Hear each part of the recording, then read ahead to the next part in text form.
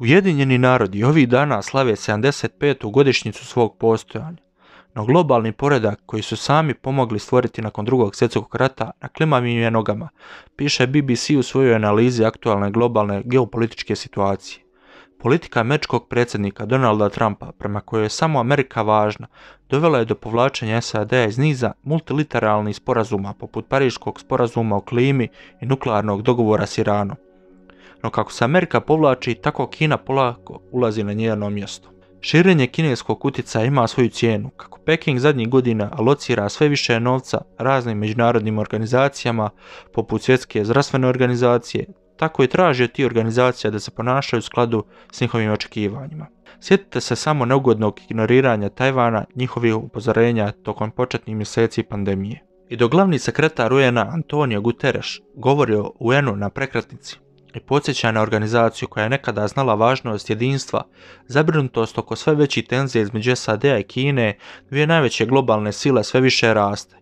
Na to je u svojoj poruci općoj skupštini UN-a upozorio je francuski predsjednik Emmanuel Macron, koji je poručio da svijet ne može ostaviti na milost i nemilost rivalstvu između Kine i SAD-a. Da se to rivalstvo, koje je zadnjih godina dovelo i do trgovinskog rata, sve više pretvara u otvoreni sukob, pokazala je Trumpova poruka za opću skupštinu.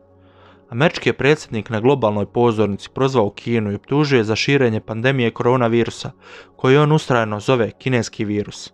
Budući da je Trump samo 40 dana udaljen od izbora u kojem bi barem prema anketama vrlo lako mogao izgubiti Bijelu kuću, za njega je važno da galvanizira svoju bazu oštrim porukama. Kina je tu, kao što je to bio slučaj i tijekom njegove kampanje prije 4 godine, poslužila kao omiljena meta, naročito u situaciji kada je SAD jedina država u kojoj je COVID-19 odnio više od 200.000 života, za što i američka i globalna javnost odreda okrivljuju Trumpovu administraciju.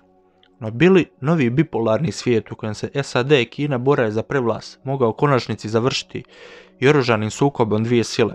Glavni sekretar UN-a Guterres svakako smatra da je u najmanju ruku moguć novi hladni rat, poput onoga koji se 45 godina nakon Drugog svjetskog rata odvija između SAD-a i SSSR-a. Krećemo se u vrlo opasnom smjeru. Naš svijet si ne može priuštiti budućnost koje dvije najveće ekonomske sile dijele svijet napola. Ekonomska i tehnološka podjela neizbježno vodi prema geostrateškim i vojnim podjelama. A to moramo izbjeći pod svaku cijenu.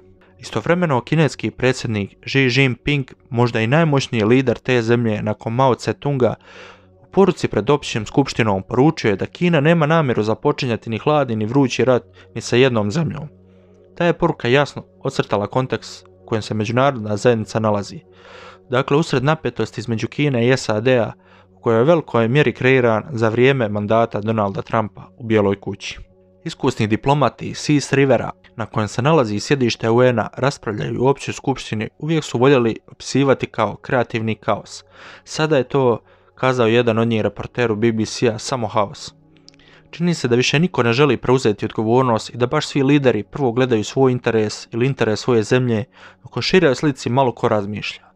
I dok glavni sekretar UN-a moli svjetske državnike da budu ujedinjeni u odgovoru na velike izazove pred kojima se svijet nalazi, pandemijom, globalnom ekonomskom krizom, klimatskim promjenama, ni sat vremena nakon njegova govora, Trump je svima njima poručio da slijede njegov primjer i stave svoju zemlju na prvo mjesto. Ako Trump opet pobjedi u 11. mjesecu, to će njegova politika još više zaživjeti, a UN će dodatno izgubiti na važnosti. Ista sudbina možda čeka i NATO. U toku je globalno preslagivanje, ali još uvijek ne znamo ko će preuzeti ulogu vođe.